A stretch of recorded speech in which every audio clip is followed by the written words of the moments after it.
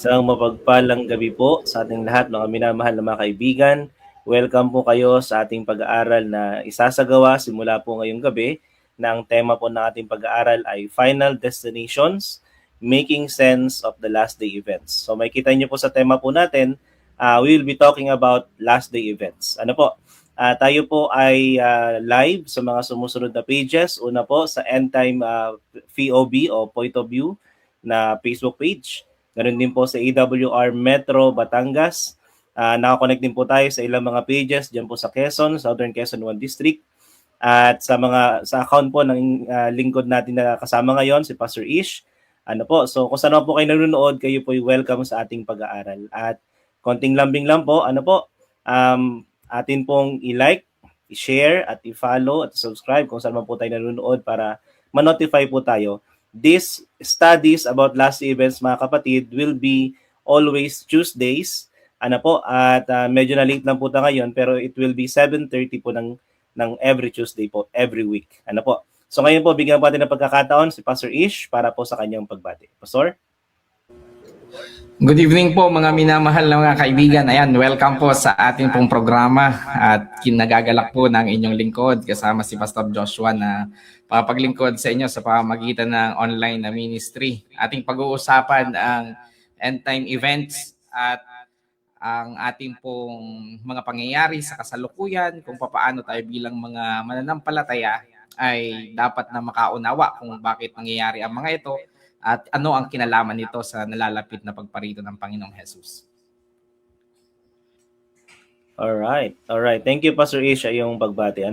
So kagaya po na nabanggit ko kanina, ang tema po ng ating pag-aaral simula ngayong gabi ay Final Destinations, Making Sense of the Last Day Events. So kung meron po kayong book, kung meron kayong hard copy o soft copy, pwede nyo po kaming subaybayan. Pero meron po kaming iba po yung approach natin dito sa pag-aaral na ito, Pastor Ish, di ba?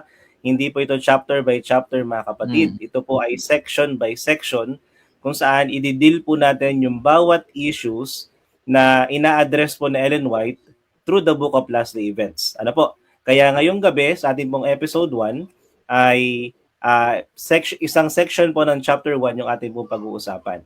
By the way, ang objective po natin sa ating pag-aaral, to set the setting, mga kapatid, number 1 is tulungan tayo na maging prepared for the second coming of Jesus Christ. This will be applicable both sa Seventh-day Adventists and non-Seventh-day Adventists. Ganon din po, for us to have a balanced understanding of the last day events. Kasi kung makikita niyo po sa social media, even sa YouTube, marami pong mga presentations about final events. So, ang kailangan nating matutunan ngayon is yung balanced approach, balanced learning about what will happen in the last day events. Of course, another objective po is to overcome the fear of the last days. Kasi whether we like it or not, bagaman tayo po curious sa mga nangyayari, pero many of us are nakakaramdam ng takot. So, itong ating pong gagawing pag-aaral ay para mawala sa atin yung takot and makakuha tayo ng confidence mismo sa ating Panginoon. Another objective po is to live better for Jesus and be a co-worker of Him in these last days. So yan po yung magiging direction and encouragement natin as we go along sa pag-aaral po ng ating final events or final destination, making sense of the last day. So yung atin pong chapter 1, sa chapter 1 na Earth's Last Crisis, episode 1 po na ito, ang title po is Widespread Apprehension About the Future. So ina-address po ng chapter 1 ng mga minamahal na mga kapatid, yung mga kaisipan, yung mga malawakang nababalitaan, kaisipan, opinion about sa mangyayari sa hinaharap. So this evening, through our simple presentation, I hope and I pray na magkaroon tayo ng balancing mindset at pananaw tungkol sa bagay na ito. Of course, amin pong wini-welcome na recognize Pastor Isha, yung ating mga viewers. Salamat po. Ganon din po sa mga nag-comment. Good evening po. Ayan, kay Sister Rebecca Salantes from Marinduque. Good morning po. Good evening rather. Thank you po sa inyong time. So ngayon po, simulan natin, Pastor Ish. Ang ating key text ay Luke 21 verse 28. Nang sabi po dito, now, when these things begin to take place, straighten up and raise your heads because your redemption is drawing near. So before we expound on this, tayo po muna ay manalangin. Let's pray. Mapagmahal po na yung Panginoon, amin pong iniimbitahan ang inyong presensya sa aming pag-aaral sa panghuling araw na pangyayari. Idinadalangin po namin dakilang Diyos, bibigyan niyo po kami ng malawak na pananaw, matibay na pananampalataya, na kaya po namin i-absorb at maging receptive sa mga points at messages na ibabahagi po namin at aming matututunan sa pag-aaral na ito. Salamat Panginoon. Gagabayan kami, bibigyan kami ng stable na internet at daloy ng data sa pangalan ni Jesus. Amen. So Pastor Ish, Amen. ano ba ang iyong naiisip nung every time na may encounter natin ng verse na ito na Luke chapter 21 verse 28? Yan po. Ayan, yung verse na yan, Pastor Josh, ay talagang parang nananawagan sa atin kasi ang pagkakabanggit niya ay now when these things begin to take place. Ang binabanggit kasi dito ni Lucas, yung mga binanggit niya mga palatandaan. Kapag nagpasimula na ang mga bagay na ito, sabi niya ay magsitayo kayo at itingalanin niyo ang inyong mga ulo sapagkat ang inyong pagliligtas ay nalalapit na. Yung mga pangyayari sa kasalukuyan, yung mga halimbawa ay yung digmaan, yung pagbagsak ng ekonomiya, marami pang iba siyang binanggit Ganon din si Mateo. Pag nagpasimula ng mga bagay na ito, ibig sabihin ay indikasyon na ito na malapit na ang pagbabalik ng ating Panginoong Jesus. Pero dito sa ating pong gagawing pag-aaral ay magdidwell muna tayo sa kung ano yung mga nangyayari ngayon. Kasi bago natin maalaman na malapit na si Jesus dumating, dapat tayo ay bukas ang ating kaalaman. Dapat aware tayo sa kung ano yung nangyayari ngayon. Kung hindi tayo aware sa mga nangyayari ngayon, hindi tayo makakaisip na malapit na si Jesus na dumating. Kung tayo ay busy masyado doon sa mga pampersonal nating mga gawain, hindi tayo naging mapagmatsyag kasi ang panawagan sa atin sa banal na kasulatan ay be watchful. Be watchful, be sober, lagi kang gising, dapat mapagmatsyag ka, dapat tinitignan mo yung mga bagay na yan. Ano pa ang halaga na ibinigay ng Panginoon ang palatandaan kung hindi mo naman nakikita, di ba?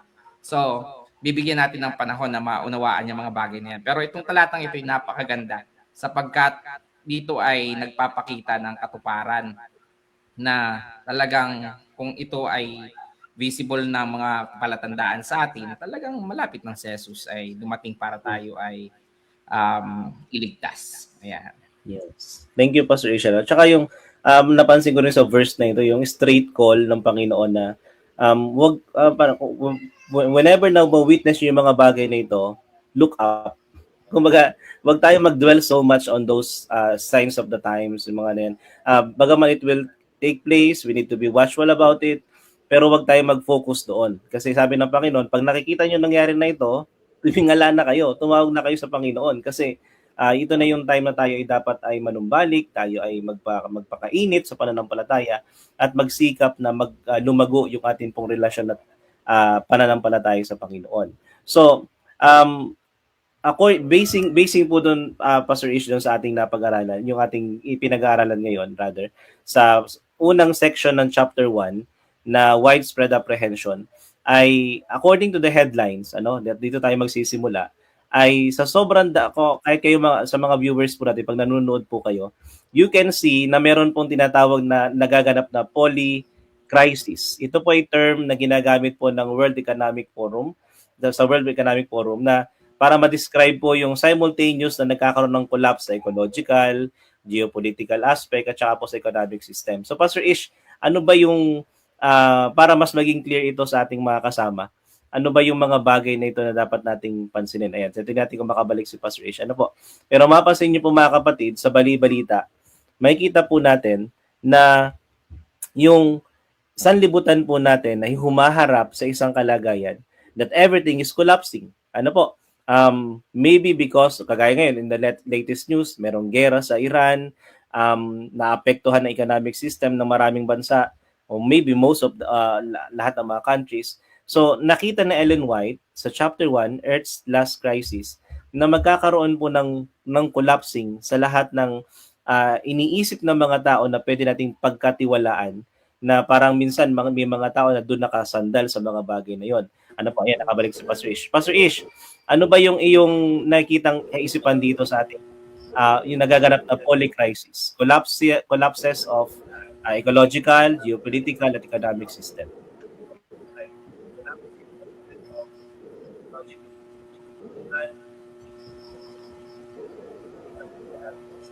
Yan. Pastor Ish?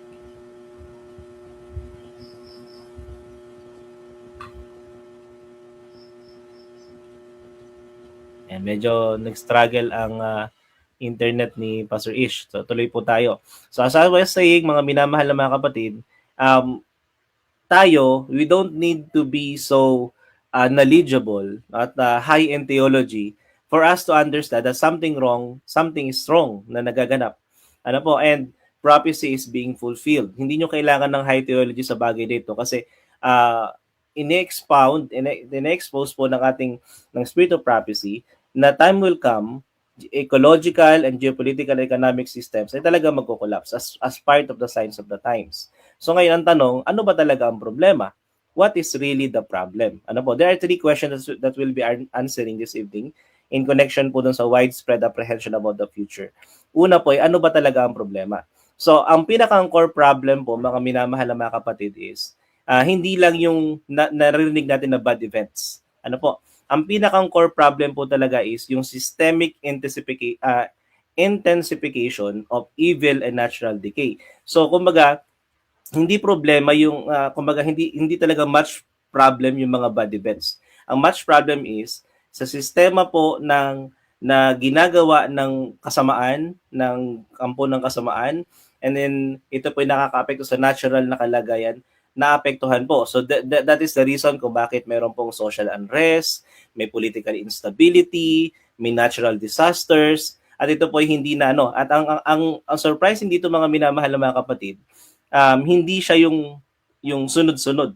Ito ay sabay-sabay na nagaganap. Simultaneously, all around the world, social unrest, political instability, natural disasters are happening. Kaya kapag hindi tayo naging aware, naging open na mata natin, and iniisip pa natin na somewhere in the future we could have a better life, somewhere in the future magkakaroon tayo ng stable na pamumuhay. I mean, it's not wrong to dream about it, pero if you're watching, mga minamahal na mga kapatid, kung tinitingnan po natin na maigi yung nagaganap ngayon na setup ng kalagayan po ng sistema ng sanlibutan, ay talagang hindi mo nananasain na magkaroon ka ng stable na pamumuhay in the future. Kasi ang magiging direction mo is to look forward sa kung ano yung ibibigay talaga ng Panginoon sa atin. Ano po? So Pastor Ish, praise the Lord, nakabalik ka. We are on the part na dinidiscuss natin yung question number 1, what is the problem? Ano? Ang pinakang problem talaga natin is, as nasamdamagin ko sa ating mga viewers, na hindi talaga yung bad events, kundi yung systemic intensification ng evil and natural decay, which combination ng ino-combine ng kaaway lahat ng forces niya na nagre-result po sa social unrest, political instability, at natural disasters. So, ano Pastor Ish ang iyo pang maidaragdag regarding dito sa mga bagay na ito? Pastor?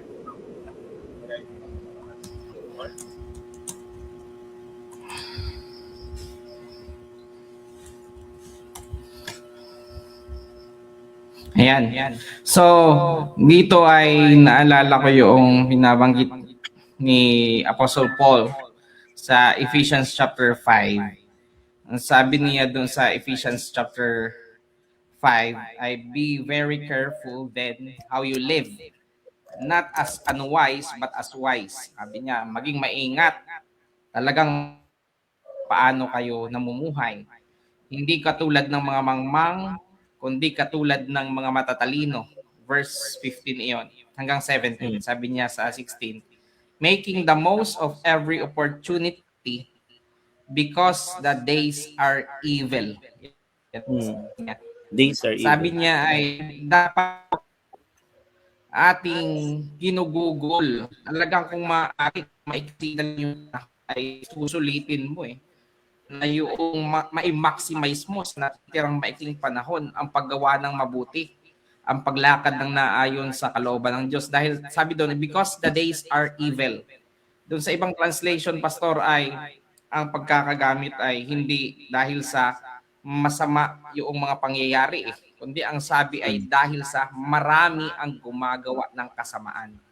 So, ibig Exactly. sabihin, nakafocus siya doon sa kasamaan ng kasalanan, sa kasamaan ng tao, ng mga tao sa sanlibutan. Ang sabi dito, it's not just a series of bad events, but a systemic intensification of evil and natural decay. Hindi lamang din sa tao, kundi kung yung lahat ng resulta ng kasalanan. Affected siyempre, ang morality ng tao, affected ang environment, affected mga mahal na mga kapatid, siyempre, lahat. Ano po, ang environment, ang buong daigdig, yung siyempre, merong pagbabaka sa spiritual na realm.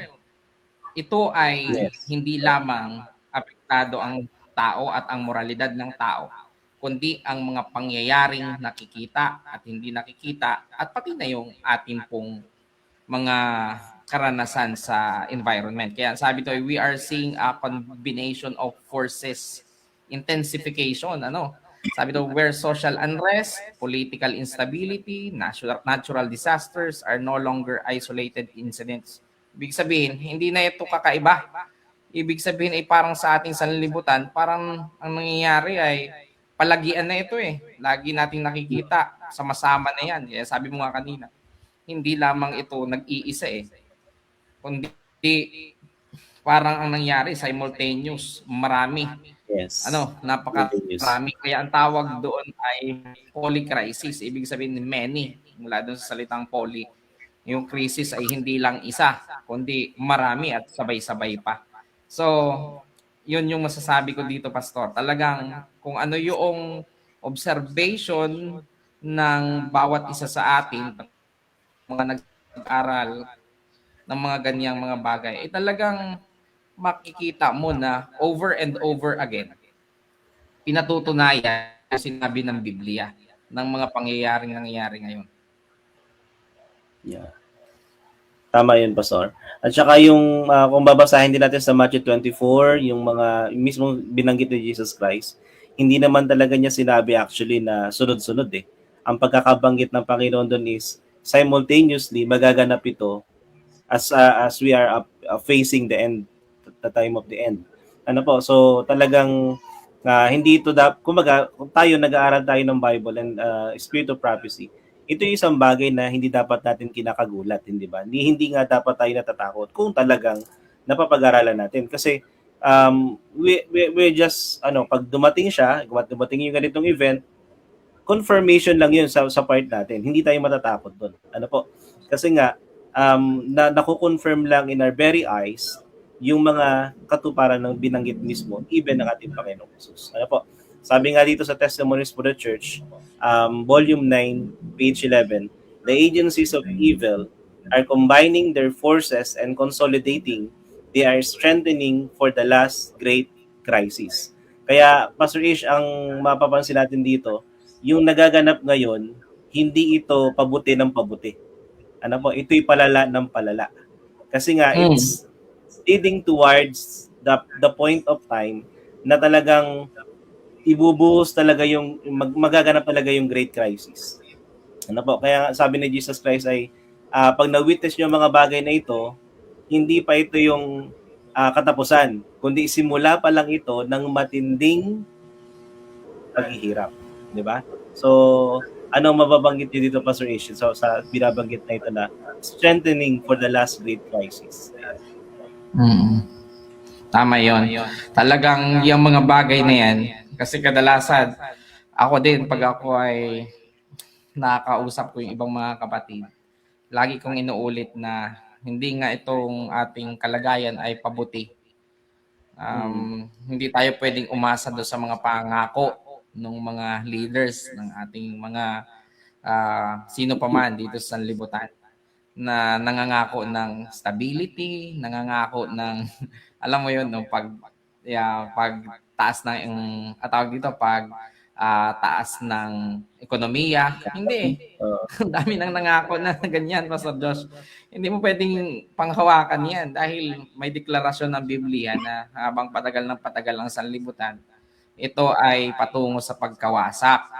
At ang sabi nga, katulad ng sinasabi dito ng Spirit of Prophecy ay they are strengthening. Talagang, kumbagay ngayon, nararamdaman nating ito ay malakas, may palakas pa ng palakas yan. At patindi pa ng patindi. So, hindi naman tayo kinakailangang matakot dahil ang pangako ng Diyos ay sa atin siya at hanggang sa katapos-tapusan sa libutan, sa atin siya. Pero napakahalaga na tayo ay aware sa mga bagay na nangyayaring ito. Kasi ang pwedeng gawin kasi sa atin ni Satanas ay, alam mo yun, parang narinig natin sa balita na pag-uusapan ng iba, pero parang ang gawin niya ay parang ibaba niya yung gravity o yung tawag dun sa yung panawagan ng Diyos na parang baliwala lang yan kaya tuloy pa rin ang kabisihan sa sanlibutan. So sabi kasi ng Panginoon now when you see these things, sabi niya, ibig sabihin ay dapat makita muna natin yung mga pangyayari. At pag nakita natin yan, dapat, sabi niya, straighten up and raise up your heads. Kasi pag hindi yan nakikita ng mga tao, papaano mangyayari yung sunod na sinabi ng Panginoon. Kaya kinakailangan maging aware tayo dyan. At pag nakikita natin nangyayari yan, lalo ngayon, nagliliparan yung mga bomba sa Iran, sa Israel, di ba? Tapos sinasabayan pa ng ibang mga gera sa ibang mga bansa. Yan ay dapat na kumatok sa puso at isip natin. Ang sunod natin gawin, dahil nakikita na natin yan, nasasaksihan natin yan. Ang sabi doon ay tumayo tayo at iangat o itingala ang ating mga ulo sa langit. Yung ibig sabihin nun, Pastor, ay to get ready. Pag sinabing ikaw ay tumayo at ikaw ay tumingala sa langit, be ready. Darating na ang ating Panginoong Jesus. So, focus tayo dapat sa ating spiritual life. Kung nakikita natin nangyayari na yung mga bagay na yan, focus tayo sa pag-aayos ng ating sarili. Sa tulong ng banal na Espiritu, sa pinoprovide na biyaya ng Diyos. At abangan natin ang pagpapakita ni Jesus sa mga alapaap ng langit. So, talagang yung mga pangyayari ay, sabi ko nga, over and over again, pinatutunayan ang salita ng Diyos na tunay. Kaya sa palagay ko, Pastor, yung mga dating mga tumatanggi na ang salita ng Diyos ay sulat lang ng tao, palagay ko sa mga kapanahunan ngayon, marami ngayon, hindi lang natin alam, pero marami siguro, nakakaramdam na, tama, siguro nga talaga ang Biblia. Bakit yung mga sinasabi ng Biblia ay nangyayari ngayon? Kaya hindi natin alam na kung paano kumikilos ang banal na Espiritu doon sa mga tao na una ay hindi naniniwala sa salita ng Diyos, hindi nga mismo naniniwala sa Diyos. Pero ngayon, dahil sa kaganapan ng mga propesiya, ay napapalapit sa Panginoon at nagpapasimulang mabuo sa puso nila yung pagtitiwala sa salita ng Diyos. Yeah, tama yun. May nabasa rin akong ganyan na inaalaw ng Panginoon yung mga ganong senaryo na maganap so that other people can see na yung pangangailangan nila sa Panginoon. Ano po? So, para sa atin, bilang mga nag-aaral ng Bible, ng Spirit of Prophecy, hindi dapat tayo na uuwi sa takot dapat ang nangyayari sa atin as we witness these things, ay salamat sa Panginoon kasi nangyayari na ito. May mga mapupukaw na, may mga magigising na sa kanilang pagkakatulog. Kasi it's a one way of God to wake up. So ngayon, itong nabanggit ni Pastor Ish, mga kapatid, ay meron tong leading. It leads us to ito yung present connection nito sa ating kalagayan ngayon. Sabi ito, yung ating kalagayan sa global crisis natin, like food shortage, regional wars, like what is happening, yung nangyari ngayon, societal polarization, yung bang nahahati yung society, may iba't ibang pananaw sa maraming bagay. Now, happen simultaneously rather than sequentially. This is the intensity mentioned in the text. Yan. So, kino-confirm na talagang hindi naman talaga binanggit ni Kristo yung sequential aspect. Ang sinasabi niya, simultaneously magaganap ito at it will intensify towards the end. Ano pa, mas magiging matindi pa siya sa huling panahon. Kaya Yeah. tayo bilang mananampalataya ay wag na tayong magnasa mga kapatid na yung itong okay pa, di ba?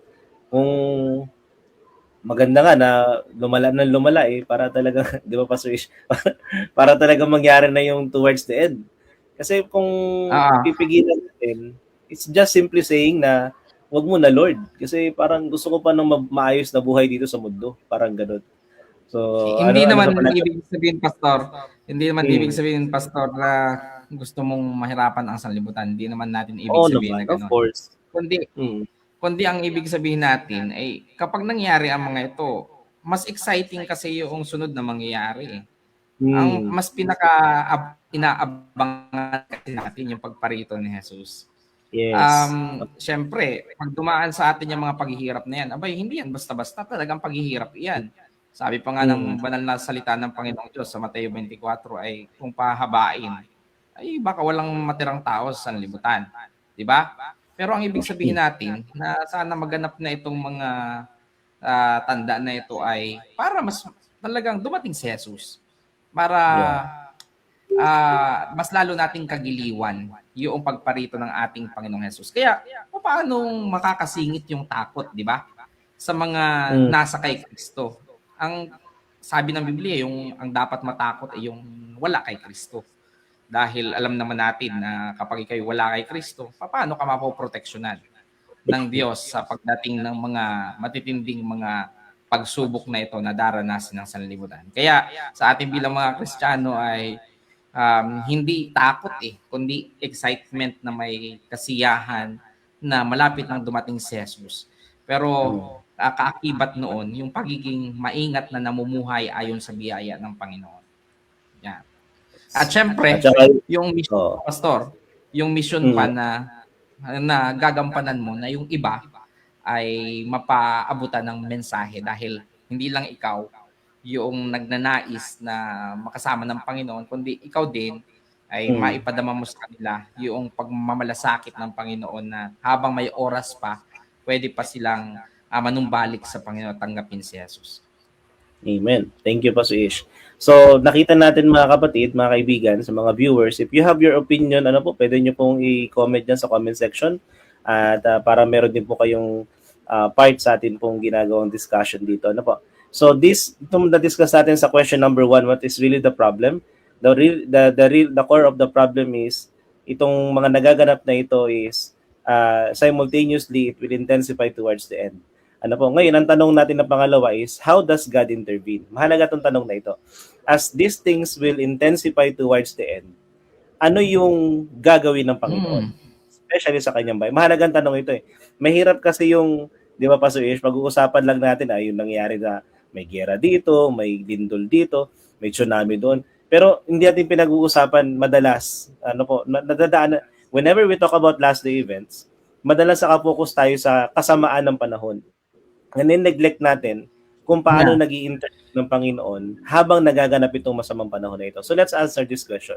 How does God intervene sa ating mga buhay? So, sabi dito, God intervenes, unang-una, ito na po yung pinag-aaralan natin, by providing prophetic roadmap and divine limit to the chaos. So, praise the Lord sa Bible, kasi ang Bible ay merong ini-expose na prophecy, spirit of prophecy na pinangahawakan natin. Doon ipinapakita sa atin yung mga magaganap. Kumbaga, hindi na siya magiging surprise. It is something to be hindi nakakagulat. Hindi na siya nakagulat. It's something to be aware of na nandiyan na, nangyari na siya. Pero nandun din yung assurance na pag inalaw yan ng Panginoon, may limit yan. Hindi yan talaga, yung sabi nga ni Pastor Ish kanina, pag ikay nasa panig ng Panginoon, hindi ka talaga anuhan ng Panginoon to the point na mauupos ka. Nandun yung kanyang sustenance, nandun yung kanyang pag-provide, hindi kanya pababayaan, yung mga ganon. So, ano masasabi mo rito, Pastor Ish, yung intervention ng Panginoon? Yan, masasabi ko ay napaka blessed ng mayroong tayong tinatawag na spirit of prophecy. Kasi without the spirit of prophecy, magugulat ka talaga eh. Pero yun yung unang binigay ng ating Panginoon. Yung hindi ka magugulantang. Kasi ang sabi kasi ng banal na kasulatan ay, sabi doon ay, ang mga tao, men's heart are failing them for fear. Kung ano yung mga mangyayari. Sabi niya ng Biblia, ang mga puso ng mga tao ay mapupuno ng takot sa kung ano yung mga bagay na dumarating dahil sa kanilang nakikita. So, kapag ikaw ay walang alam sa mga bagay na ito, talagang kagulat-gulat, pero napakabuti ng Panginoon na sa iglesia niya ay ipinagkaloob yung prophetic roadmap na ito. At bukod dito kasi dito sa spirit of prophecy, nakalagay din dito, talagang pino-fortify dito yung pagtitiwala natin sa Panginoon. Kasi aside sa mga nangyayaring mga bagay na ito, ay ipinapakita sa atin yung promises ng Panginoon na habang ang mga bagay na ito ay mas titindi at titindi, ay gayon na lamang ang pagliligtas ng ating Panginoon sa kanyang bayan. At kaganda na itong mga bagay na ito, na mga pinapahintulot ng Panginoon na mangyayari, ay ginagamit niya bilang mga wake-up call, Yeah. bilang mga panggising sa mga tao. Yung mga natutulog, ibig sabihin, yung pag ikaw ay tulog, hindi ka aware ng nangyayari sa paligid mo. So, may maraming mga tao ngayon ang spiritually asleep. Maraming mga tao ang natutulog. By the way, hindi lang yung mga hindi na kumikilala sa Diyos eh. Actually, ang sabi ng banal na kasulatan, katulad noong sa parable ng 10 virgins, di ba? Kahit ang mga Christian churches, marami tulog. Di ba? So, kinakailangan ng mga pangyayari ito para magising, para ibalik ang kanilang ulirat o ang kanilang kamalayan. Saan? Sa mga bagay na sinasabi ng banal na kasulatan. At itong ginagawa na intervention ng Panginoon na pagbibigay sa atin ng mga paunang babala o mga tinatawag nating mga aforementions ng Panginoon, apprehension beforehand bago ang mga pangyayari, ay napakalaking pagpapala para sa atin. At sa pamamagitan nito ay kikilos ang mga nakakaalam ng kung ano ang mga bagay na mangyayari sa hinaharap dahil sa Spirit of Prophecy, kikilos sila upang maging kamay, maging paa, maging manggagawa ng Panginoong Diyos na makaabot, mapuntahan yung mga tao na kung saan ay walang kamalayan sa mga pangyayari sa kasalukuyan upang sila ay magising at makasumpong ng pag-asa sa ating Panginoon. So sabi nga dito, He uses these portentous events as a wake-up call to draw humanity back to Him before the door of probation closes. Kasi yan, may binabanggit dito mga terms, mga mahal na mga kaibigan, katulad niyang tinatawag na probation clauses na yan. Later on, ay mapag-aaralan natin kung anong ibig sabihin niyang pagsasara ng tinatawag na panahon ng palugit na ibinibigay ng ating Panginoong Diyos. Pero napakahalaga po, mga kapatid, na maunawaan natin na during these dangerous times, mga mahal na mga kapatid, for the days are evil, sabi ng banal na kasulatan, napakahalagang maunawaan natin na God is still in control and He has everything on the palms of His hands. Kontrolado niya ang mga bagay na ito. At kung meron mang mga bagay na nakikita nating mga kahindik-hindik na mga nangyayari dito sa ating sanlibutan ngayon, ay habang tayo'y buhay, i-take natin ito personally, na ito'y panawagan ng Diyos sa atin, na tayo ay mag-align ng ating buhay. Kung tayo lihis sa kalooban ng Diyos, i-align natin ang ating buhay sa ating Panginoon. At tiyak ako na katulad ng mga pangako ng Panginoon, like Psalm 91, na yung mga nanganganlong sa kanyang mga pakpak ay kanyang poproteksyonan. At hindi kinakailangang matakot. Sila ay pupunuin ng kapayapaan ng Diyos sapagkat ang Diyos ay sumasa kanila. Amen. Thank you, Pastor Ish. At saka, even in our personal aspect, mga minamahal na mga kapatid, Pastor Ish, yung bang may isip mo na lang talaga na ayaw talaga ng Diyos na magpako tayo ng ating yung ating yung sarili natin dito sa sanlibutan, na parang maging at ease tayo dito, na maging at home tayo dito. Ayaw ng Panginoon ng ganun. Kasi once we felt like that, wala nang sense of urgency. Wala na tayong parang okay na ako dito, okay na ako sa mundong to, okay na. Which is exactly yung gusto mangyari ng kaaway. So, praise the Lord sa kanyang intervention. And this prophecy na pinag-aaralan po natin is God's intervention, especially para sa ating lahat. Para for us na hindi tayo magpatumpik-tumpik sa buhay. Hindi tayo magpatumpik-tumpik sa pananampalataya, hindi tayo parang gusto natin na okay na ako dito na lang, siguro okay na lang, dito na lang tayo sa earth, parang gano'n. Although bagaman at the end of time, talagang babalik naman talaga tayo dito after ng 1,000 years, pero hindi ngayon yung gusto ng Panginoon tayo maging at least dito eh. Ang gusto niya is, we long for something. We long for heaven. We long for the time na darating si Kristo. Gusto niya na hindi mawawala sa isipan natin. Kaya praise the Lord sa last day events. Praise the Lord sa fulfillment ng prophecy na nagyayari in our very eyes. Kasi hinahatak yung attention natin sa mga bagay na makalangit. May mag-focus tayo sa mga bagay na nalaman sa Diyos. Di ba? Yes, Pastor Josh. Kasi itong mga pangyayari sa huling kapanahunan, dito mapagtatanto ng tao na yung mga inaasahan niyang mga sustento mula sa kapangyarihan ng tao o kaya naman sa kayamanan, mula sa mga material na bagay, ay dito mapapagtanto na everything or all of this ay will come short. Lahat ng ito ay talagang mauubos. Sa panahon natin ngayon, katulad na lang ngayon, di ba, yung crisis na yan dahil nga mayroong gera sa Middle East, di ba?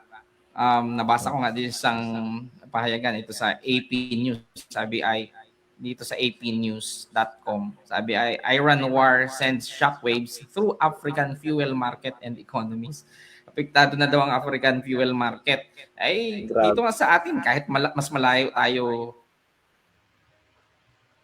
di ba? Kung mas malayo tayo, dito ramdam na sa atin sa Pilipinas meron ng mga taong natataranta. Yung nakaraang araw ay nagdala ng maraming galon yung iba at nagpuno na ng mga galon bukod doon sa kanilang mga tangke. Tapos, syempre, nag-uusap-usap yung mga tao kung anong mga dapat nilang gawin. Pero sa ating kapanahonan ngayon, yan, yung mga sinasabi ko nga po na kung ang ating mga pagtitiwala ay inilagay natin sa tao o kaya sa mga bagay na material, uubusin yan ng mga pangyayari ngayon sa huling panahon. Bakit?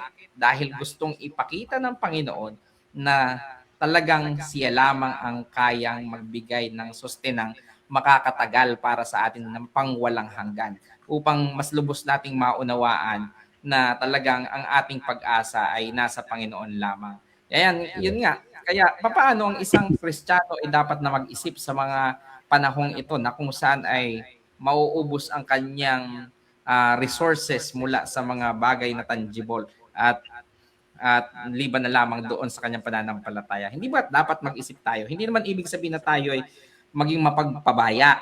O, halimbawa, yung parang, sige lang, na hindi naman tayo kumikilos. Hindi ibig sabihin nun na kung halimbawa ay nauubusan na ang mga resources, halimbawa sa ganyan, ay hayaan lang natin. Hindi.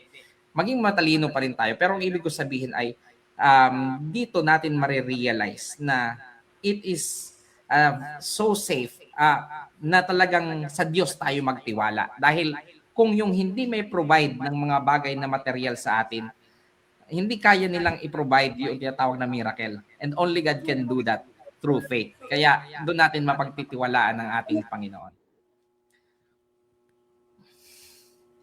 Ayan, so ganun po mga minamahal na mga kapatid, dito sa ating pag-aaral na ito ay hindi dapat nating limutin ang providence ng ating Panginoon, ang kanyang provisions para sa atin. Tatandaan po natin na sa mga ganitong mga crisis, tatandaan natin ang Diyos ang nagpakain kay Elijah sa pamamagitan ng uwak, di ba? Ang Diyos ang nagbigay sa kanya ng mga sustenance na kahit na mula sa mga kakarampot na harina at mga ilang piraso o ilang dami ng mga oil ay ang Diyos ang nagbigay.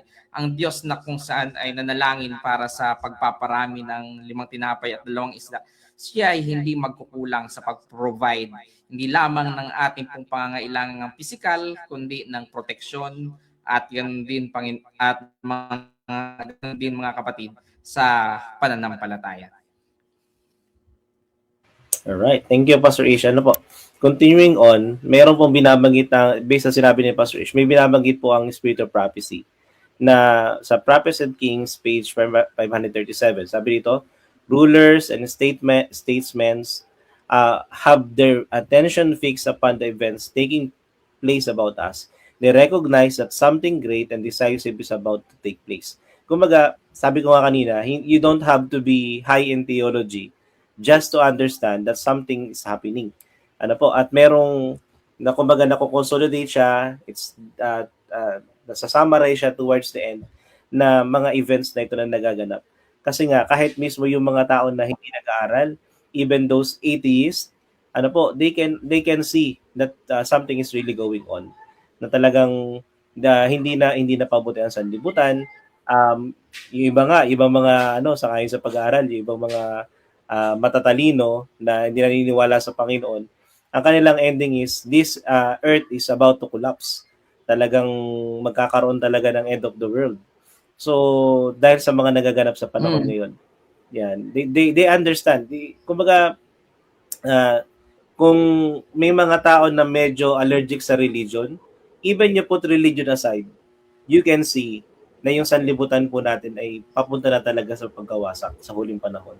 Kaya pag hindi kung sila na walang pagbibigay value, di ba Pastor Ish, sa mga bagay na banal, nararamdaman nila how much more tayo na nag-aaral ngayon na meron tayong pre-knowledge about it. Di ba? Hindi dapat tayo nagiging easy-go-lucky sa mga bagay-bagay. Hindi dapat tayo nagpapako ng ating mga sarili sa mga gusto nating mangyari lamang dito sa sanlibutan. Di ba, Pastor Ish? Yun yung nare-realize ko sa bagay na ito. Tama yan, Pastor. Ayan, sabi nga dito, rulers and statesmen have their attention fixed upon the events taking place about us. Sabi mo nga, hindi mo kinakailangan ng malalim na theological understanding. Kasi yung with the raw knowledge of the Bible, kahit yun lang, yung pagkabasa mo ng Biblia, talagang mapagtatanto mo talaga nangyari. Hindi mo kailangan ng malalim na theological na pagpapaliwanag. Nandyan na, para bang yung Bible mismo ang nagpapaliwanag ng kanyang sarili. So, itong binabanggit dito sa Prophets and Kings na tinutukoy ni Ellen White, actually, Pastor, yung noong February 13 hanggang 15, ay nangyari yung 62nd Munich sa Germany Security Conference. Akalain mo yun, noong February 13 to 15 lang, February 2026 ito sa Munich, Germany, nagkaroon ng security conference. Pero hindi napigilan. Kailan lang nung dahil nga binomba ng Israel ang Iran, napatay si Khamenei, 'di ba? Yung Ayatollah.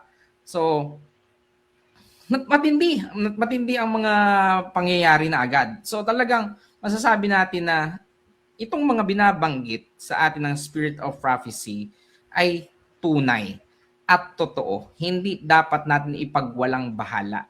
Sabi nga dito, ang mga leaders and statesmen, they recognize that something great and decisive is about to take place. Kung ang mga ito nga ay merong, sabihin natin, pagbibigay panahon para sila ay magambala ng mga pangyayari ngayon, kumusta tayo bilang mga nakakaunawa o nakakaalam na talagang ito ay mangyayari? Hindi ba dapat mayroon din tayong, sabihin natin, proportional na reaction bilang mga mananampalataya pagdating sa pamumuhay at paggaganap ng misyon? Hindi ba ganun dapat? Di ba po, mga mahal na mga kapatid? Ayan. Tuloy, parang naalala ko, Pastor, yung binabanggit ng Biblia, di ba? Sabi pa nga ng Biblia ay kapag ang sanlibutan, ang mga leaders sa sanlibutan ay sumigaw na peace and security, Sabi ng banal na kasulatan, and then sudden Sudden destruction will destruction. come upon them. Yan. Yeah. Tama yun. Kaya ito dinadala tayo ngayon sa ng ating pag-aaral po sa kaisipan na talagang more than just being aware is be ready. Be ready talaga sa unang-una sa ating personal relationship sa Panginoon, yung ating personal na katungkulan, yung binabanggit ni Pastor Ish kanina, yung responsibility natin.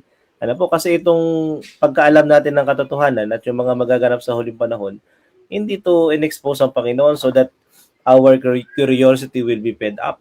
Hindi to binigay para lang somehow you have a knowledge of what will happen. Hindi. Binigay to so that we can be His instrument para i-warningan din yung na na may mangyayari na inevitable. Hindi to mapipigilan. So, in the present connection sa point na ito, may kita po natin na while the world sees uncertainty, the believer sees fulfillment. So, ito yung gusto natin mangyari pa na uncertainty yung nakikita ng mga tao, tayo bilang mananampalataya, praise the Lord na po-fulfill. God intervenes by agitating the conscience of thinking men and women through the Holy Spirit, making them realize that early security is a myth. Di ba? Ayan, yung binabanggit ko kanina. Yan, di ba? Kaya, kumbaga, it's a matter of faith. The way kung paano natin i-process yung mga nangyayari sa buhay natin, yung nawiwitness natin sa katuparan ng prophecy, it's a matter of faith. Kasi kung ang faith natin ay hindi ganoon ka-stable sa Panginoon, we will worry. Paano na mangyayari? Ano na mangyayari sa ito, ganito, ganyan, mawawala na ganito, ganyan. Fear will come in. Yeah. Fear, doubt, depression, anxiety, papasok. Kaya itong generation na ito, pansin mo, Pastor Ish, na-realize ko din ang atake talaga ng kaaway ito utak, itong isip. Yes, the mind. Kasi pag hindi naging stable ang takbo ng isip natin, na dito naka-fix sa Panginoon, pag nangyari na itong nagaganap ng mga prophecies na ito, mawiwindang tayo dito pa lang, talo na tayo ng kaaway. Tama. Kaya tinutulungan tayo ng Diyos na maging ma-fortify ang ating kaisipan ng kanyang banal na salita. Kaya binabalik lagi tayo sa Bible at ini-encourage siya yung mag-aaral ng Spirit of Prophecy para pag nangyari yung mga bagay na ito, we have a strong mind to deal with this at hindi tayo sabog sa approach natin sa mga bagay ito. Di ba, Pastor Ish? Yeah. Tama yan, Pastor Josh. By the way, bago ako magbigay pa ng komento, ayan, nais ko munang batiin yung mga taga San Juan District na nanonood. Nanonood sa atin ang Magihan SDA Church. Ayan, kala Elder Joey, salamat po sa pag-share. Ganun din po ang QMC. Ayan, good evening po sa inyo. Ganun din po ang mga Abong members, ayan, sa Abong Church. Ganun din sa Kipot at sa Nagsaulay, sa San Juan, ayan. Lahat ng aking mga churches ay aware sila na meron tayong magandang pag-aaral ngayon. So, doon sa binabanggit mo, Pastor Josh, ay naalala ko tuloy yung quotation galing sa Spirit of Prophecy. I cannot recall the exact reference, pero ang sabi ng mensahirang si Ellen White ay, only those who have fortified their minds by the word of God, sabi niya ay shall be able to stand the coming conflict. Sila lamang na nagpatibay ng kanilang mga kaisipan ng gamit ang salita ng Diyos ang makakatayo sa paparating na panahon ng kabagabagan. Tunay po yun, mga mahal na mga kapatid. Katulad sinabi ni Pastor Josh, ang atake talaga ni Satanas in the last days is our mind. Ang ating isipan ay pupunuin ng anxiety, fear, doubt. Talagang nandyan pa talaga ang Panginoon, lalo na kapag dumating na yung panahon na tinatawag ng mga pag-uusig, Pastor Josh, di ba, na binabanggit sa atin dito sa book ng events. Talagang mapag-iisip ka, nandiyan ba talaga ang Panginoon? Talaga bang tunay nga ba talaga ang kanyang pangako na poproteksyonan niya tayo? Papaano kung tayo naman ang laglagan ng bomba? Nasaan ang Panginoon? Kaya, re-rescue niya kaya tayo? Lalo sa atin sa Pilipinas. dito sa ating bansang Pilipinas na napakaraming mga pasaway sa social media. At kahit naman yung mga realista, makikita natin sa halip sanang manalangin tayo na kung maaari ay hindi hindi tayo mapasali sa ganun Mm. talagang kumbagay parang nanganganti pa. Pero ang ibig kong sabihin mga mahal na mga kapatid, napakahalaga ng salita ng ating Panginoong Diyos. Ito ang makakapagpapatibay ng ating kaisipan. So, ako'y agree dun sa sinabi mo, Pastor, na talagang yan ang atake ng Satanas sa atin sa panahong ito. Sabi nga dito, ang ganda nitong nakalagay dito sa ating presentation. Ang Holy Spirit ay siya'y kanyang ginagawa niya Agitating. na ang mga tao ay matanto na ang pag-rely o kung ang security nila ay nakabase sa sanlibutan, ito ay isa lamang alamat. Ayan. Yeah. Agitating, Pastor, inuuga talaga eh. Hindi ito basta yung parang tinatapik ka lang eh. At Agitating saka eh, ganun. pag sinabi nating agitating, yung parang ginagalit, yung parang alam Oh, mo yung parang kinakanti, parang yeah. ganun ba? God intervenes by Uga talaga. agitating the Malakas na conscience. uga. Oo. Uugugin. Yan. Mm. Kaya tayo po, mga minamahal na mga kaibigan, talagang yun, mandami natin nakukuha dito sa presentation na ito nating pinag-aaralan, yung the way we strengthen our relationship sa Panginoon, i-fortify yung isip natin sa salita ng Diyos, kasi yun lang talaga yung security natin sa huling panahon. Hindi tayo, we cannot find security in any of these things maliban sa Panginoon lang. Sa Panginoon lang talaga. So this leads Amen. us to the question number 3, at dito tayo matatapos, Pastor Ish. What should we do? Ayan. So, nakita Yun. natin yung problema, yung intervention ng Panginoon. Tayo ngayon na nakaka-witness, what should we do? Anong gagawin natin? Ano po? So, our Mm. mandate is twofold. Ito yung binabanggit ni Pastor Ish kanina. Watchfulness, being aware, and readiness. Ano po? Iba-iba kasi yung Pastor Ish, yung parang nanonood ka lang, tapos wala kang ginagawa. Iba yung Yun.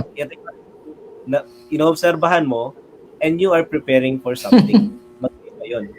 Marami sa atin ngayon, spectators. Ano yun? Observe lang. Tamang observe lang. Na ang nafe-fed up ay yung kanilang curiosity. Tayo kasi, especially tayo mga Adventist, masyadong tayo curious sa maraming bagay. Kaya doon tayo nadadali minsan. Pag na-fed up yung curiosity natin, we feel like, ready na ako. Alam ko na yung ganitong mangyayari. Yung parang, kasi na-feed up yung curiosity. Pero ang binabanggit na ng Spirit of Prophecy, mga kapatid, be watchful and be ready. So, as you witness these things, maghanda ka na. Meron tayong gagawin. So, can you tell us, Pastor Ish, ano yung mga aspect ng readiness na dapat kino-consider natin as we witness these things? Ayan. Yes, Pastor. Actually, yung itong watchfulness and readiness, yan yung concept ng Luke chapter 21, yung binanggit kaninang unang talata. Yes. Now, when you see these things happening, sabi doon, straighten up. And sabi nyo na ay, raise up your head sa langit. Di ba? Sabi doon. So, ito yung watchfulness and readiness. Paano tayo practically dapat na maging ready? Primarily talaga, mga kapatid, bottom line ng lahat, yung ating pong relasyon sa ating Panginoon. Yeah. Pero anong ibig sabihin nung magkaroon ka ng relasyon sa Panginoon? Tatandaan natin, relationship will not grow without spending time together. Tandaan po natin yan. Hindi po, wala pong relationship, wala pong parang, tawag dito, yung sabi nila ay love at first sight.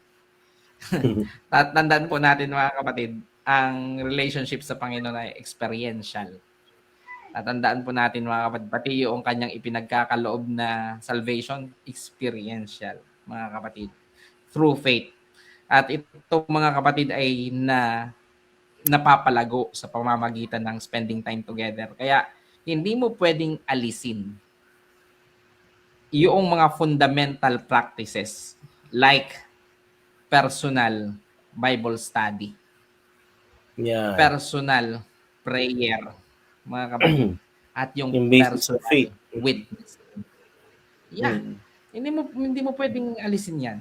Yang salita ng Diyos, ang pag-aralan nito, pagkain ni Job, sabi niya I desire the word of God more than the food that I eat. Sabi niya, mas higit pa ang kanyang pagnanais na kamtan ang salita ng Diyos kaysa sa pagkain kailangan niya, mga kapatid. At ano pa, yung breath of the soul which is prayer. Kung nais mong mangusap ang Diyos sa iyo, which is by the reading, studying of the Word, ang iyong pangungusap sa Panginoon, ipahatid mo sa Kanya ang iyong mga supplications at ang iyong mga kahilingan, that is through prayer. At yung isa pang napakahalaga, yung personal witnessing. After na ikaw ay maturuan ng Panginoon, you talk to Him as well, lahat ng iyon, isa sa buhay mo. At yun ay napakahalaga mga kapatid. Tatandaan natin yung tatlong bagay na yun. At ito ay personal, Pastor. Being watchful and being ready ay personal. Pwede ka kasing ipag-pray, pwede ka ring aralan ng Bible, pero yung personal na relasyon sa Panginoon, personally din na ito ay napapalago. Ano po, so kaya kinakailangan natin yung tatlong bagay yun. Personal studying of the Bible, personal prayer, at saka yung personal na witnessing ay napakahalaga for our readiness. Thank you, Pastor Ish. Ano po? At gusto ko rin emphasize yung watchfulness, Pastor Ish. Kasi, marami sa atin ay, yung watchful is in a sense na tinitingnan natin yung nangyari sa paligid natin. Pero actually, bahagi ng watchfulness, mga kapatid, is seeing what really happening in us, sa ating sarili natin, yung sa isip. Maganda. Sabi nga dito, we must align our character with God's. So, maraming spectator ng mga nangyari sa huling panahon, pero hindi mindful, hindi watchful sa kung anong ugali ang nabubuo sa sarili. Ano po, tinitingnan ko nasa na si Trump. May naalala tuloy ako. Di ba? Kumbaga, doon lang tayo nakafocus eh. Even itong nagkaroon na ng Blue Law, Sunday Law, Sunday Law is at the door. Nakatingin tayo doon sa batas na yun while we are forgetting kung ano dapat yung nadidevelop natin at the present sa sarili po natin. Na masyado tayo nakatingin sa mga bagay na ginagawa ng Pope, yung ginagawa ng Presidente ng Amerika. Hindi naman sila yung nag-i-increase ng pananampalataya, hindi naman sila yung nagde-develop ng character, di ba? So, kaya malinaw talaga yung sinasabi na Apostle Pablo na ni Luke rather, na as you witness all these things, tumingala ka. And kasi pag tumingala ka sa Panginoon, tumingin tayo sa Panginoon, we will have a clear understanding ano ba talagang meron sa akin. Ano pa yung kailangan kong i-develop sa sarili ko? Ano pa yung kailangan kong ayusin sa karakter ko? Ano po? Kasi, and then another aspect is, yung binabanggit ni Pastor na witnessing, ang dami sa ating tingin ng tingin sa nagaganap sa prophecy, hindi naman nangangaral, hindi nag-share ng gospel. Tapos ang gustong pangaralan yung mga nasa loob ng church, fellow Seventh-day Adventist. Hindi kasi ganoon yung panawagan sa atin ng Panginoon. As we witness these things, we are watchful about ourselves, and also we are doing something to share the gospel. Hindi minsan buong hapon yung afternoon worship, nauubos natin yung oras, nag-uusap tayo about prophecy. Hindi naman tayo nagiging bahagi ng fulfillment ng prophecy to the point na nangangaral tayo. Diba? So, yun yung something na sana maging balance tayo, mga kapatid. I-balance po natin. Hindi masama na-lead ako sa mga bagay na yun, Pastor Ish, pero huwag natin kalimutan yung mas mabigat na matters na para sa Panginoon. Ano masasabi niyo, Pastor Ish?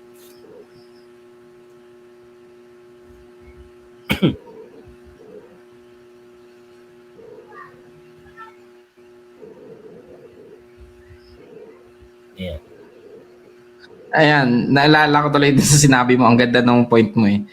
Naalala ko yung isang sermon ni Pastor Randy Skip. Sabi niya, ang problema daw ng maraming mga Adventista ay we are so enamored with the prophecies. Like the fulfillment of, halimbawa sabihin na ng Daniel chapter 2, Revelation chapter 13, about the mark of the beast. Ayan, yung mga ganyan mga bagay. Pero sabi niya, merong isang prophecy na hindi natin nabibigyan ng pansin. And it is the end time prophecy about us. Yun ang sabi niya. Yun yung sinabi niya eh. Kasi ang pinuntos niya ay yung nakalagay sa Book of Timothy, 2 Timothy, if I'm not mistaken, di ba? Sabi doon, in the last days, men shall be lovers of ganyan-ganyan. Tapos ang nakalagay doon ay in the last days, di ba? Sa huling panahon. Ibig sabihin kaalinsabay ito ng mga palatandaan na malapit si Jesucristo ay dumating. Pero ang sabi doon ay mga mapagmahal sa sarili, mapagmahal sa kalayawan, kaysa sa mas maibigit ng Diyos, mapagmahal sa pera, mayayabang, ganyan. Tapos sa dulo ay nakalagay, ang sabi ay having the form of godliness but denying the power thereof. Yeah. Ay kasama yun sa mga pinabanggit doon na in the last days. So, yun daw ang dapat natin pagbigyan ng pansin. Kasi the prophecies that God has spoken, let's say for example, Daniel chapter 2, pati yung Revelation chapter 13, di ba? Lahat, Revelation and Daniel, lahat yan, it will come to pass even without your aid. Dahil gagamit ang Panginoon. Exactly. Gamit ng Panginoon ng kaparaanan talagang na yan ay mangyari. At pribilehiyo na lang natin kung tayo maging kasama sa kaganapan na dun sa mabuting side ha, hindi dun sa pangit na side ang ibig ko sabihin. So, ayun. Pero ang ibig ko sabihin po mga kapatid ay dapat maging concern natin din yung prophecy na maingatan na ang ating sarili mula doon sa pandaraya ng sarili. Yung merong anyo ng kabanalan pero hindi talaga tinatanggihan ang kapangyarihan ng kabanalan. Ibig sabihin ay may anyo pero wala sa buhay. Wala talaga sa katunayan ng profession ng pananampalataya. Yun ang, kaya sabi nga dito sa atin ay, final movements will be rapid ones and we cannot afford a lethargic faith. Hindi tayo maisasalba mga kapatid ng pananampalatayang nakabase lang sa kaalaman. Pag hindi ito na isa sa buhay, kung walang watchfulness and readiness mga kapatid, ay makukot tayo unaware. Mahuhuli tayo na hindi tayo handa. We will be weighed in the balances and we will be found wanting. Mga minamahal. Ano po? Kaya sabi nga dito, we must align our character with God and share the warning with others. Ang ganda. Yeah. Thank you, Pastor Ish. Ano po? Yun nga, wag lang tayong mag-focus dun sa signs of the times. Huwag natin din kakalimutan na tayo mismo ay signs of the times din. Na tayo ay, di ba? And this gospel of the kingdom shall be preached into all the world and the end shall come. Yeah. So, hindi actually hindi naka-base yung end of time sa signs of the times. Naka-base siya when the gospel has been preached around the world. So, tayo mismo na mananampalataya na pinagkatiwalaan ng Panginoon, tayo mismo yung signs of the times. Tayo yung sign na hinihintay na Diyos. Sabi ko nga, wag tayo doon sa bad. Wag tayo doon sa bad sign. Yan, exactly. Doon sana tayo sa mabuti. Yan. So, a connection po sa spirit of prophecy, ito yung revelation sa atin. The present is a time of overwhelming interest to all living. The final movements will be rapid ones. So, hindi ito, pag pinakadelikadong part, Pastor Isha, yung maramdaman natin na, matagal pa yan. Hindi pa yun mangyayari. Di ba ganyan yung espiritu ng unfaithful servant? Ganyan yung espiritu ng unfaithful servant. Sabi niya, nagtatagal pa ang Panginoon ko, kaya naglasing siya, tapos binugbog niya yung kanyang mga kasamaan, ay biglang dumating yung kanyang Panginoon. Ay siya kinaladkad sa dilim. Sabi doon, nagpagngangalit ng ngipin. Yan. So, yun, sa ating mga viewers, gusto kong sabihin, pag nararamdaman mo na, hindi pa darating ang Panginoon, demonyo yung bumubulong na yan, i-reject niyo po i-reject niyo po yan. Kasi talagang, pag naisip natin yun, matagal pa ang Panginoon, easy lang muna tayo. Huwag tayo masyadong magpadali sa buhay. Yung mga ganong gustong ipaisip sa atin ng kaaway. So, very napaka-delikado nung ganong kaisipan mga kapatid. So, in a present connection, in an era of instant information, ito panahon natin yan, very instant na information, we are often informed but not prepared. Ayan, diba? Sa social media na lang, naku, ang daming information, minsan misinformation pa, disinformation pa yung iba. Pero hindi siya nakakatulong for us to be prepared. So yung message ng last day events, siya information na ibinibigay sa atin for us to be ready, to be prepared. So we must move from being spectators of news to participants of the Great Commission. Dapat ganun yung nagiging outcome natin. Hindi yung nangyari, Pastor Ishay, nandiyan na nandiyan na yung sandilo, takbo na tayo sa bundok. Napaka-selfish. Selfish, Pastor Yung gano'n. Oo. Yeah. I mean, hindi naman masama ang country living. Huwag niyo po kami may misinterpret, mga kapatid. We should be doing something. Kami, nandito kami ngayon sa Cabuyao City, ano po. At pinili namin ang bahay namin nasa bukid. Kasi nga, we also believe na kapag na-witness yung mga bagay ito, ang sabi ni Ellen White, mag-umpisa na kayong mag-move towards rural, preparatory steps. Mm. That, sabi ni Ellen White, Yeah. not so far na mapapabayaan nyo yung gawain sa city. Yun yung sabi ni Ellen White doon. So, Correct. huwag tayong maging spectators lang, na manood lang tayo ng mga balita lagi. Maging bahagi tayo ng Great Commission. Kaya ang drive talaga natin, Pastor Ish, ngayon is pagkatapos ng pagsamba ng mga kapatid sa araw ng Sabat sa umaga, sa Panginoon sa araw ng Sabat sa umaga, dapat sa hapon lumalabas sa community. Huwag nyo nang pag-usapan yung kung ano-ano. Labas na agad sa community kasi we are, everything is so rapid at the end of time. And sa huling kapanahon ng ito na dapat sabayan po natin. Ano po? So, information is being disseminated. Yung ibang mga information ay mali pa nga. Sometimes, may mga kapatiran din tayo na ang tinatanggap na information about prophecy ay hindi pa sa atin. Tapos yun yung ipinapangalat natin. Napakalaking sayang. We have last day events. Very balanced. Pag binasa natin by heart, very balanced, mga kapatid. Na ang magiging ending mo is, hindi ka lang magiging mere spectator. Magiging participant ka ng dito. Di ba, Pastor Ish? Amen. Yeah. At sa napakahalaga na kung tayo maging participant, doon tayo sa fulfillment ng ang kaharian ng Diyos ay mapapalawak natin. Na mangyayari yung pinakahuling tanda na ang lahat ng sanlibutan ay makakaalam dahil sa pagpapatutuo ng ating mga buhay at pangangaral. Exactly. Yeah. So, ito po yung conclusion natin. Ano po? Pastor Ish, ibibigay ko to sa iyo. Ayan, babasahin ko po. Sabi po dito ay, we have seen the current overwhelming interest. Ano po? Nakikita daw po natin ang kasalukuyang talagang na overwhelming, napakalaking interest na ating makikita dito sa mga pangyayaring ito. In world affairs is not a coincidence. Hindi lahat ito, mga kapatid, dahil sa tsansa lamang. Ito ay dahil sa propesiya. Nakalagay ito na mangyayari talaga sa huling kapanahunan. Ito ay ang pagkilala na tayo po, mga kapatid, ay nasaan? Na andun na tayo sa parang pintuan na ng isang napakalaking krisis. At ang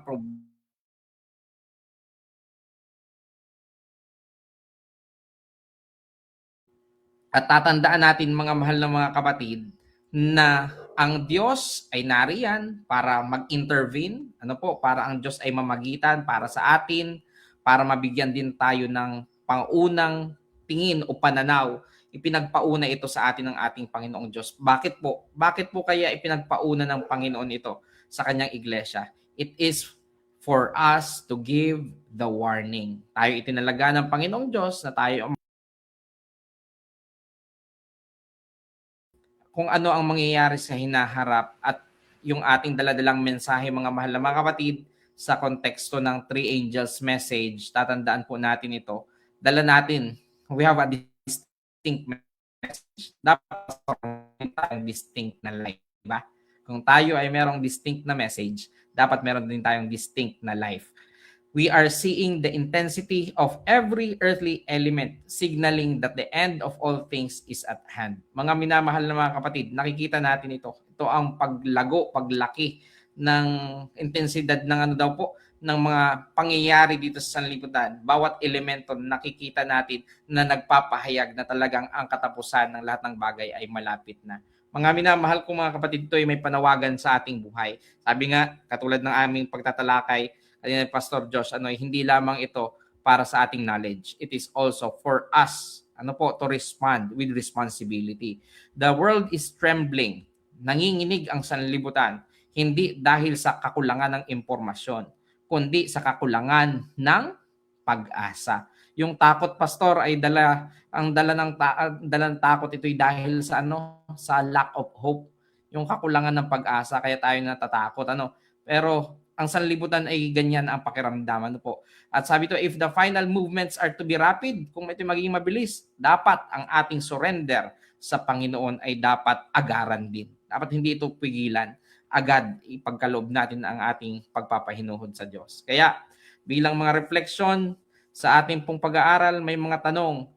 Are you watching the signs? Nakikita mo ba? Pinapanood mo ba ang mga tanda?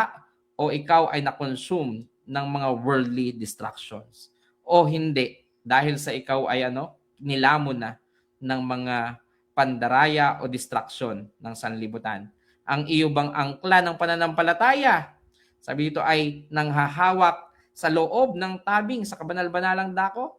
O ikaw ay Ikaw ay napadpad na ng agos ng estado ng sosyedad. Ano po? So mga minamahal na mga kapatid, tandaan natin, kung ito ay nakikita natin, dapat na-realize, Pastor Josh, sa ating pag-aaral ng pagiging watchfulness is not just about the external events happening around us. Dapat maging mapagmatsyag din tayo sa nangyayari internally sa ating mga buhay. At kapag ating ma-realize ito na mga nangyayari na, tatandaan natin, sabi doon ay, tayo dapat ay maging handa. Let us not be just thinking men and women who observe the crisis. Hindi lang tayo dapat maging tagapag-isip na mga nakapagmatsyag lamang dito sa krisis. Tandaan natin, maging tayo mga iniligtas. Iniligtas ni Jesus na mga lalaki at babae na handa na salubungin ang Panginoon. Si Jesucristo ang tagapagtapos ng krisis, ang ating Panginoon, ang crisis ender, ang ating tagapagligtas. Napakaganda, mga minamahal. Purihin ang Panginoon at maraming salamat sa inyong pakikinig. Salamat din kay Pastor Josh na sa pamamagitan ng ganitong klase ng ministry. Ma-share ko lang, Pastor Josh, ito ay nasa aking kaisipan na din, tapos nung biglang ikaw ay nag-alok na tayo gumawa ng ganitong programa, sabi ko, talagang siguro ay plano ito ng Panginoon kasi matagal ko nang kino-contemplate tapos ikaw may ganun ka rin palang kaisipan. So purihin ang Panginoon, mga kapatid, na ito'y naging posible kahit na may mga ibang mga distraction sa ating teknolohiya. Yan, naglalag ang internet ko. Bakit baga ngayon pa? Samantalang napakabilis naman ito sa ibang mga panahon. Hindi ko masabi. Pero purihin ang Panginoong Diyos dahil napakaganda ng pagtatalakay at inyo pong asahan na sa ating pang mga susunod na ating pong mga araw ng pagsasama-sama dito sa ating programa ay talagang mas lalo pang mag-i-intensify, Pastor Josh, ang ating mga pag-aaral. Yes. Thank you, Pastor Isha. Po. Ang masasabi ko lang ay all things work together for good. Talagang ang Panginoon ang nag-i-inspire sa maraming bagay. At sa mga viewers po natin, I hope kayo po ay na-bless. Somehow, nakapaghatid itong pag-aaral na ito sa atin ng kapayapaan kay Kristo, assurance kay Kristo, at yung pagpapatibay po ng ating connection sa ating Panginoon. Again, if you have your understanding, opinions, comment, even questions, pwede nyo pong ilagay sa ating comment section. Kagaya po na inyo nakikita sa screen din, appeal din po namin. Don't forget to like, subscribe, and follow para ma-notify po kayo sa ating mga darating na mga pag-aaral. So bago natin tapusin, Pastor Ish, ang mahalagang pag-aaral na ito, pwede ba kayong manalangin para sa ating closing prayer? Tayo po ay manalangin. Minamahal naming Diyos, kami po ay nagpapasalamat na napakabuti niyo po sa aming buhay.